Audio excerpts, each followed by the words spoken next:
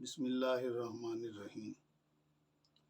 سورۃ توبہ کی آیت نمبر 122 میں اللہ تعالیٰ فرما رہے ہیں کہ ایسا تو نہیں ہو سکتا کہ اس اہم کام کے لیے، اہم فریضہ کے لیے سارے کے سارے مسلمان نکل جائیں۔ ایسا نہیں ہو سکتا۔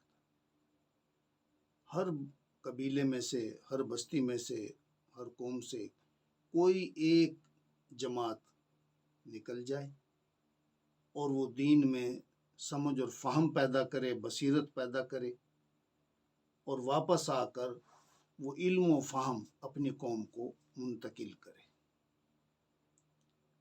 سورہ نحل کی آیت نمبر 43 میں فرمایا کہ دین کی جو بات تمہیں معلوم نہ ہو اسے اہل ذکر، اہل علم لوگوں سے معلوم کر لیا کرو۔ ابن ماجہ میں ایک حدیث میں رسول اللہ صلی اللہ علیہ وسلم نے فرمایا، جس کا مفہوم ہے کہ سب سے افضل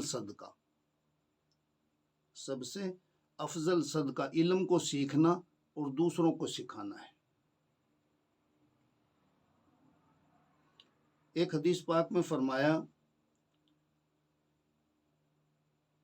جن کا اجر و ثواب موت کے بعد بھی تمہیں ملتا رہے گا، ان میں ایک چیز وہ علم ہے، وہ علم جسے تم لوگوں کے اندر پھیلا کے گئے، لوگوں کو سکھا کر گئے اور تمہارے بعد لوگوں نے اس پر عمل کیا۔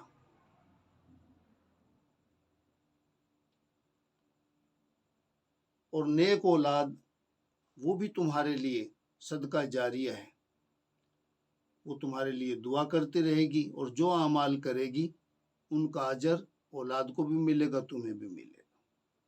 ابن ماجہ میں ہے کہ آپ صلی اللہ علیہ وسلم نے فرمایا، جس نے کسی کو علم سکھایا تو اسے اس پر عمل کرنے والے کے برابر اجر ملے گا۔ عمل کرنے والے کے برابر اس سکھانے والے کو اجر ملے گا۔ سکھانے میں آدھا گھنٹہ لگا اور عمل پتہ نہیں کتنے سال، کتنا عرصہ ہوتے رہے، اسے اجر ملے گا۔ اور ان عمل کرنے والوں کے عمل میں سے اجر کم بھی نہیں کیا جائے گا، ان کو بھی اللہ تعالیٰ پورا اجر دیں گے اور اس سکھانے والے کو بھی اللہ پاک اجر عطا فرمائیں گے۔ بخاری شریف میں آپ صلی اللہ علیہ وسلم نے فرمایا، میری طرف سے پہنچنے والی باتیں، جو بات بھی تمہیں پہنچے اسے دوسروں تک پہنچاؤ، چاہے وہ ایک ہی بات، ایک آیت ہی کیوں نہ ہو، چاہے وہ ایک آیت کیوں نہ۔ ایک حدیث میں فرمایا آپ صلی اللہ علیہ وسلم نے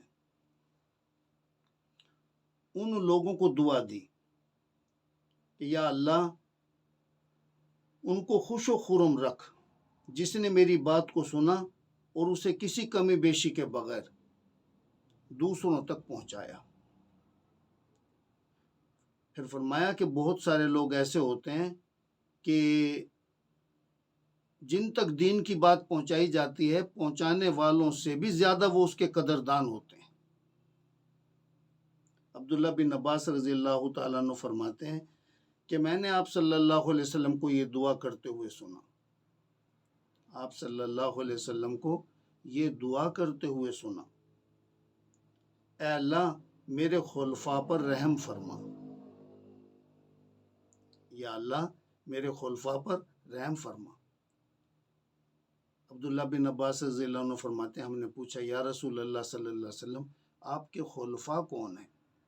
آپ صلی اللہ علیہ وسلم نے فرمایا، جو میرے بعد آئیں گے، میری احادیث اور سنتیں لوگوں کو سکھلائیں گے اور لوگوں کو ان کی تعلیم دیں گے، وہ میرے خلفاء ہیں۔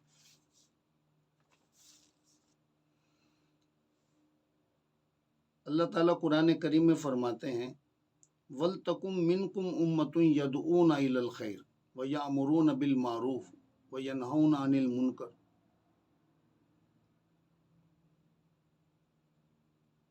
وَأُولَٰئِكَ هُمُ الْمُفْلِحُونَ۔ تم میں ایک جماعت ایسی ہونا ضروری ہے، لازم ہے جو نیکی خیر کی طرف بلائے، یعنی قرآن اور سنت کی طرف بلائے. یہی تفسیر کی ہے رسول اللہ صلی اللہ علیہ وسلم نے، خود تفسیر کی ہے خیر کی تفسیر، یدعون الی الخیر، یعنی قرآن اور سنت کی طرف بلائے، نیکی کا حکم کرے اور برائیوں سے منع کرے، اور یہی لوگ فلاح والے ہیں. تو میرے بھائی اور دوستو، ایسی جماعت، وہ جو فرمایا ایک جماعت ایسی ہونا ضروری ہے، ایسی جماعت علماء اور فقہا کی جماعت ہوگی، جو معروف اور منکر کا علم جانتی ہو، حلال حرام کا علم جانتی ہو، جائز ناجائز کو جانتی ہو، پوری تفصیل کے ساتھ جانتی ہو. ایسی جماعت کا وجود وہ سب مسلمانوں کے ذمہ ہے کہ تم میں ایسی جماعت، سب مل کر ایک ایسی جماعت بنائیں.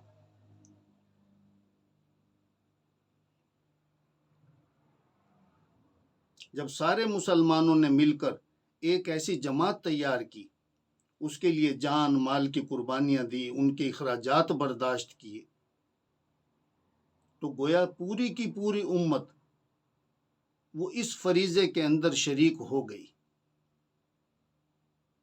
یہ جو اہم ترین فریضہ ہے، نبوی فریضہ، اور جو مسلمانوں کے اندر ہونا از حد ضروری ہے، لیکن کیونکہ اس کے لیے کمال علم چاہیے اور وہ ہر مسلمان اتنا علم حاصل کر نہیں سکتا، تو سب مسلمان مل کر کچھ ایسے علماء اور فقہا تیار کرائیں، ان کے خرچے برداشت کریں، ان کے اخراجات برداشت کریں، انہیں فارغ کریں کہ یکسوئی کے ساتھ وہ دعوت الی الخیر یامرون بالمعروف وینہون عن المنکر کا فریضہ سر انجام دیں. وہ تعلیم و تدریس کی شکل میں ہو، وہ واضح و نصیحت کی شکل میں ہو، وہ دعوت اور تبلیغ کی شکل میں ہو، مختلف شکلوں میں وہ اس فریضے کو سر انجام دیں.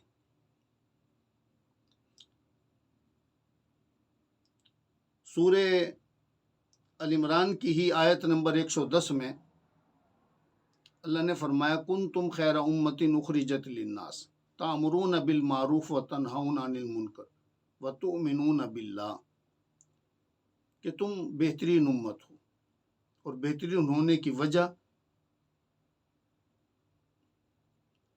کہ تم اس لیے میدان میں لائے گئے ہو، برپا کیے گئے ہو، تمہیں پیدا کیا گیا ہے، ماؤں کے پیٹوں سے نکالا گیا ہے کہ تم نیکی انسانیت کے ساتھ خیر خواہی اور بھلائی کا معاملہ کرو. تأمرون بالمعروف وتنہون عن المنکر، نیکی کا حکم کرو، برائیوں سے منع کرو. اب یہاں پوری کی پوری امت کی فضیلت بیان ہو رہی ہے، اس کی شکل اوپر بیان کر دی گئی کہ جب سب مسلمانوں نے مل کر ایسے علماء اور فقہا کی جماعتیں اپنے اپنے شہروں میں، اپنے علاقوں میں تیار کیں، اور وہ جب اس فریضے کو سر انجام دیں گے تو ساری عوام اس فریضے کی بجا آوری کرنے والی شمار ہو جائے گی.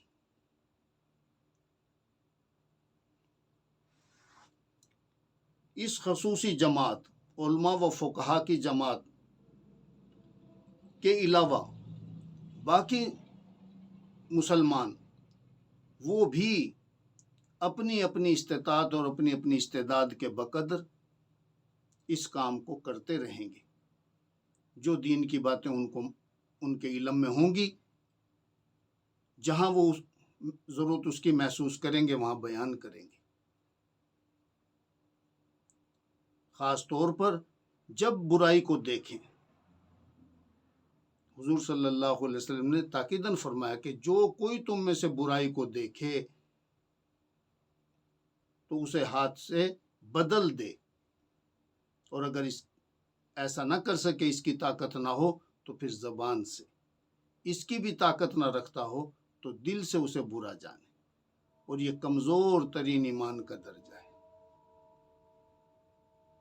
اب آنکھوں سے دیکھے،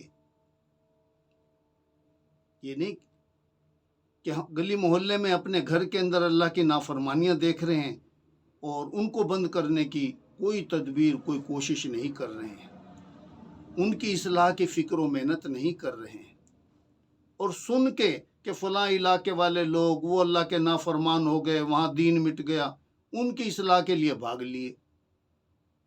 میرے بھائی اور دوستو، قرآن کریم میں اللہ تعالیٰ نے فرمایا یا ایھا الذین آمنوا قوا انفسکم واہلکم نارا، کہ وہ لوگوں جو ایمان لائے ہو، اپنے نفس کو، اپنے آپ کو، اپنے اہل و عیال کو دوزخ کی آگ سے بچاؤ، جس کا ایندھن انسان اور پتھر ہے۔ یہ کام کرنے کا طریقہ بتلایا جا رہا ہے کہ کام کہاں سے شروع ہوگا۔ سارے عالم میں ایمان چاہتے ہیں، اسلام چاہتے ہیں، ہدایت چاہتے ہیں، خیر چاہتے ہیں، شروع کہاں سے کریں؟ پہلا فریضہ اپنی اصلاح، پھر اپنے اہل و عیال کی اصلاح، بقول مولانا محمد الیاس صاحب رحمۃ اللہ علیہ کے، پھر اپنے قرب و جوار میں یوں دائرہ بڑھاتے چلے جائیں گے، بڑھاتے چلے جائیں گے۔ یعنی کہ اگر ہمارے گھر والوں کی اصلاح نہیں ہو رہی ہے اور کوئی ہماری بات نہیں مان رہا ہے، ہم کوشش کر چکے، تو اب جب تک ان کی اصلاح نہ ہو ہم دوسروں کو بھی خیر کی طرف نہ بلائیں۔ یہ کوشش بھی جاری رکھیں، دوسروں کو بھی بلا لیں، ایسے دائرے کو بڑھاتے چلے جائیں۔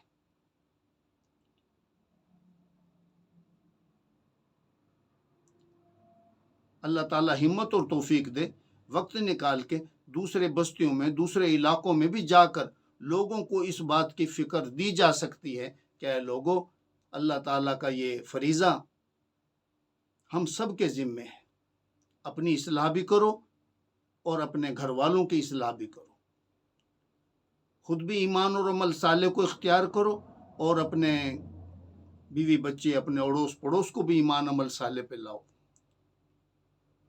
اس چیز کی اصلاح کے لیے جماعتوں میں بھی نکلتے ہیں کہ وہاں نکل کے آدمی کے ایمان کی تکمیل ہو جاتی ہے، ایمان میں کوئی کمزوری ہو، ضعف ہو تو دور ہو جاتا ہے، اعمال کی اصلاح ہو جاتی ہے، ماحول کی وجہ سے اچھی عادتوں کو لے کے واپس آتا ہے، دعوت دینے کا سلیقہ لے کے آتا ہے، دعوتی حکمتیں لے کے آتا ہے۔ تو جماعتوں میں نکلیں، تعلیم اور تربیت حاصل کریں، کس لیے کہ آتے ہی پھر اپنے گھر سے کام شروع کریں گے، پھر اپنے گھر سے کام شروع کریں گے، اپنے گھر کے اندر فضائل اعمال رکھیں، منتخب حدیث رکھیں، بہشتی زیور رکھیں، تعلیم الاسلام رکھیں، قرآن پاک ترجمے والا رکھیں۔ بچوں کو اگر قرآن پاک نہیں آتا تو ان کے قرآن صحیح کرانے کا بندوبست کریں، کوئی قاریہ مقرر کریں، ایک صف بچھا دیں اور گھر والوں کو کہہ دیں کہ جب محلے کی مسجد میں اذان ہو جائے سارے مل کر ایک وقت میں خدا کا سجدہ کریں، نماز پڑھیں، چھوٹے چھوٹے بچوں کو بھی اپنے ساتھ شامل کریں۔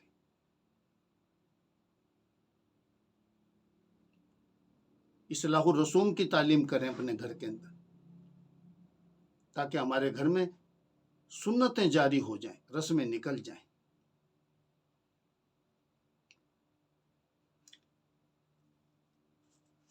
آپ صلی اللہ علیہ وسلم نے فرمایا کہ ہر رائی سے قیامت کے دن اس کی رعیت کے بارے میں سوال ہوگا۔ تو مرد اپنے بیوی پہ، اپنے بچوں پہ رائی ہے، عورت اپنی اولاد پہ رائی ہے، ہر حاکم اپنے محکوم پہ رائی ہے۔ سورہ طٰہٰ میں 132 نمبر آیت میں اللہ تعالیٰ فرماتے ہیں کہ اپنے گھر والوں کو نماز کا حکم کیجیے، خود بھی اس کی پابندی کیجیے، اپنے گھر والوں کو اس کی کوشش کرنا، ہزار طریقے سے تدبیریں کرنا کہ ہمارے گھر میں کوئی بھی بے نمازی نہ رہے، اہتمام نماز۔ اور فرمایا جب تمہاری اولاد 7 سال کی ہو جائے، حضور نے فرمایا، حالانکہ ابھی ان پر نماز فرض نہیں ہوئی، لیکن اب انہیں حکم دو نماز کا اور نماز کی عادت ڈالو۔ اگر سستی کریں، غفلت کریں تو ان کی پٹائی بھی کرو، ڈانٹ ڈپٹ کرو، اور 10 برس کے ہو جانے کے بعد ان کے بستر الگ کر دو، کوئی بھائی اپنی بہن کے ساتھ نہ سوئے، بہن اپنے بھائی کے ساتھ نہ سوئے، یہ ضروری چیز ہے۔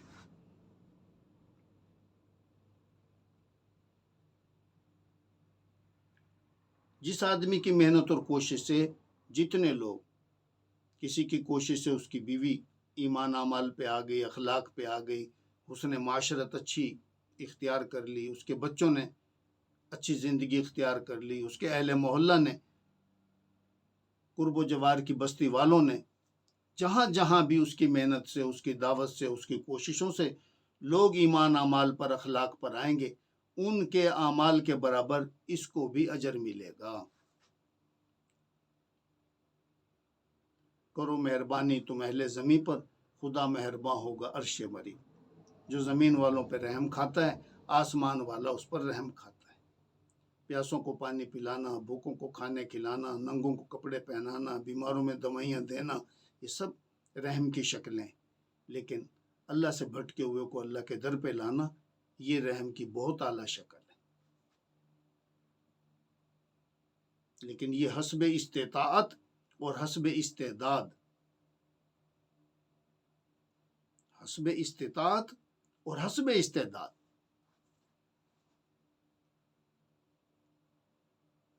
یہ ضروری ہوگا۔ لا یکلف اللہ نفسا الا وسعها، کسی نفس پر اللہ تعالیٰ اس کی وسعت سے زیادہ بوجھ نہیں ڈالتے۔ یہ نہیں کہ ہم ایسے نکلیں اور اپنے گھر والوں کے حقوق پامال کر دیں اور تماشا ہی بنا کے رکھ دیں۔ لوگ کہیں اگر یہی دین ہے تو بس پھر ہم بے دین ہی اچھے۔ تو لوگوں کو ہم اپنے عمل سے متنفر نہ کریں۔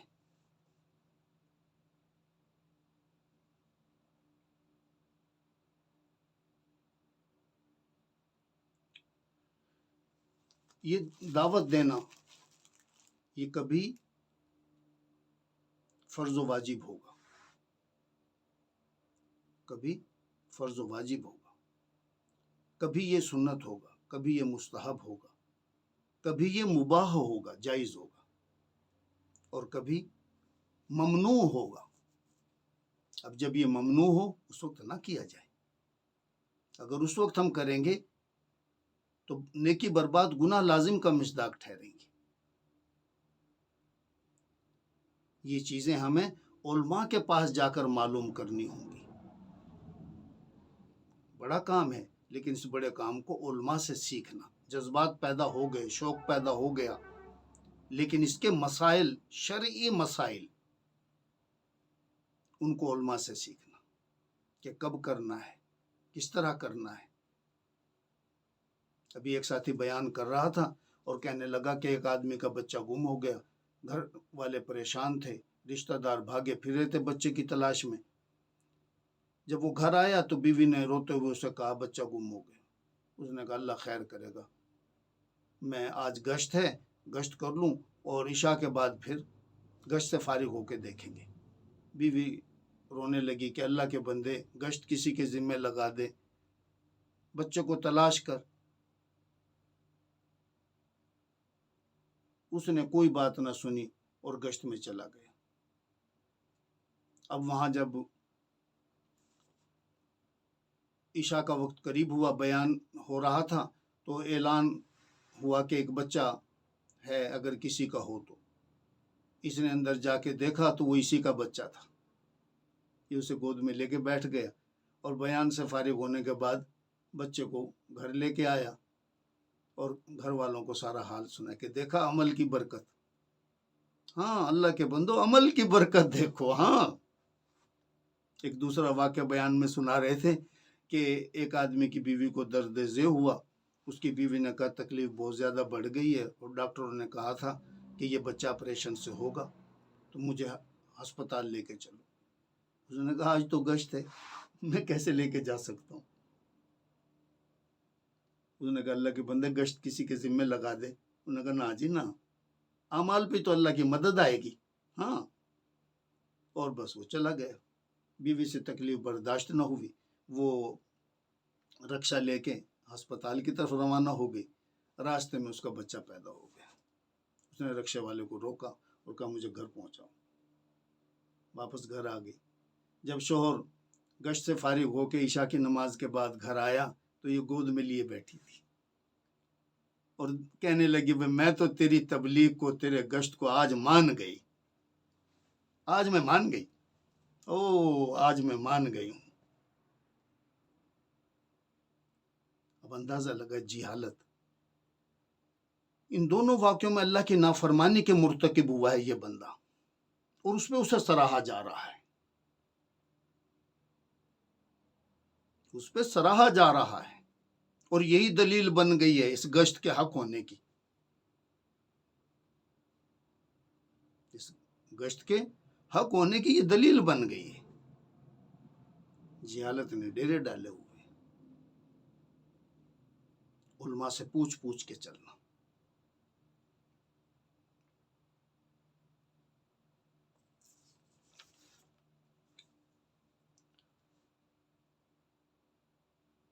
اپنے اعمال کی اصلاح اور اپنے عمل پر پڑھنے کے لیے جماعتوں میں جانا جائز ہے، ہم نے خود اس کے فائدے دیکھے ہیں۔ اس اچھے ماحول کے اندر نیکیوں پہ آنا، برائیوں سے بچنا آدمی کے لیے آسان ہو جاتا ہے، اور یہ اپنی زندگی کو بدلنا فرض ہے۔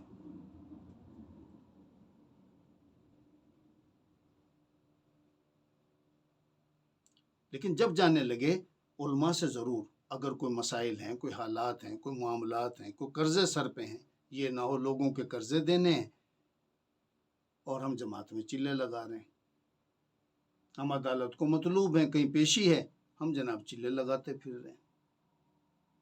یہ علماء سے پوچھیں،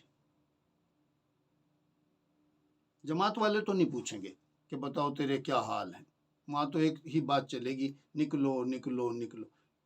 ہم پوچھیں گے، ہم نکل رہے ہیں، ہماری جنت دوزخ کا مسئلہ ہے۔ 40 سال میں تبلیغ میں گزارے، کبھی مجھے یاد نہیں ہے کہ ہمارے کسی بڑے بزرگ نے کبھی بھی ہم سے یہ پوچھا ہو تیرے گھر کے حالات کیسے ہیں، تیرے معاشی حالات کیسے ہیں، تیرے بچے کتنے ہیں، تیری بیوی کی کیا حالت ہے، تیرا والد زندہ ہے، فوت ہو گیا، ان کے معاش کی کیا صورت ہے۔ حدیثوں میں رسول اللہ صلی اللہ علیہ وسلم سے یہ چیزیں ملتی ہیں کہ آپ آنے والوں کا تفقد فرماتے تھے۔ کتنے لوگ آئے اللہ کی راہ میں جہاد میں جانے کے لیے، ان کو گھر بھیجا گیا۔ کسی کو یہ کہہ کے کہ تیرے ماں باپ کے قدموں تلے جنت ہے، جا ان کی خدمت کر۔ کسی کو یہ کہہ کے کہ اچھا تو جس طرح اپنے ماں باپ کو روتا ہوا چھوڑ کے آیا، جا اب ایسے ہی انہیں ہنسا۔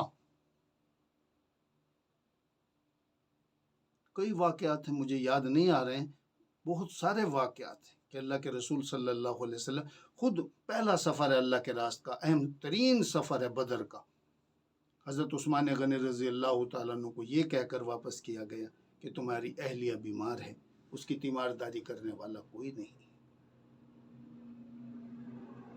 اللہ کے کام کو اللہ کے حکم کے مطابق، رسول اللہ کے کام کو رسول اللہ کے طریقوں کے مطابق کریں گے، یہ نہیں کہ اپنے مرضی سے جس طرح جی چاہے گا کریں گے۔ اگر نماز میں نبی کا طریقہ چھوڑ دیں تو نماز مردود ہو جاتی ہے۔ اگر اس تبلیغ کے اندر ہم نے رسول اللہ صلی اللہ علیہ وسلم کے طریقوں کو پامال کر دیا، ان کو نظر انداز کیا، ان کو ترک کر دیا، تو یہ تبلیغ لوگوں کی ہدایت کا سامان بنے گی، اور بن جائے، لوگ مسجد میں آ جائیں، لوگ مسلمان ہو جائیں، ان مسلمان ہونے والوں کو کچھ مل جائے گا، ہمیں ککھ نہیں ملے گا، ہم فارغ ہیں۔ اور ہم سنت کے مطابق، اللہ کے حکم کے مطابق اس محنت کو کریں، ایک بندہ بھی مسلمان نہ ہو، ایک بندے کو نماز کی توفیق نہ ہو، ہمارا اجر کہیں نہیں گیا، ہم اللہ کے ہاں کامیاب۔ تو دونوں جہان کی کامیابی کے لیے ہر چیز میں اللہ کا حکم، نبی کا طریقہ، یہ نہیں کہ یہ تبلیغ کے علاوہ باقی سارے کاموں میں اللہ کا حکم اور نبی کا طریقہ نہیں۔ اس لیے میرے بھائی اور دوستوں، بڑے درجے کے علماء اور فقہا سے اس محنت کام کے احکامات اور آداب معلوم کیے جائیں۔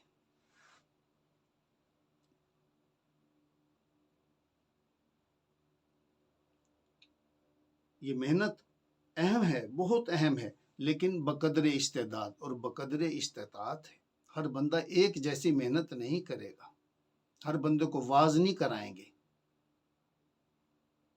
ہر بندے سے واز نہیں کرائیں گے، ہم تو ہر بندے کو کھڑا کر دیتے کہ سیکھنے والے ہیں۔ اور میاں عبدالرؤف صاحب رحمۃ اللہ علیہ فرماتے تھے وہ سیکھنے والے ہیں تو جائیں گلیوں میں پھریں، کھیتوں میں جائیں، دکانوں پہ جائیں، ایک بندے کے پاس جا کے ملیں، ایک ایک بندے سے بات کریں، وہاں سیکھیں۔ یہ مسجدوں کے اندر لوگ جمع ہوئے ہیں، یہاں سیکھنے والے کو کھڑا کر دیں۔ ناداں ہیں ہم بھی کتنے دنیا کے اس سفر میں، خود ہی ڈبو کے کشتی ساحل کو ڈھونڈتے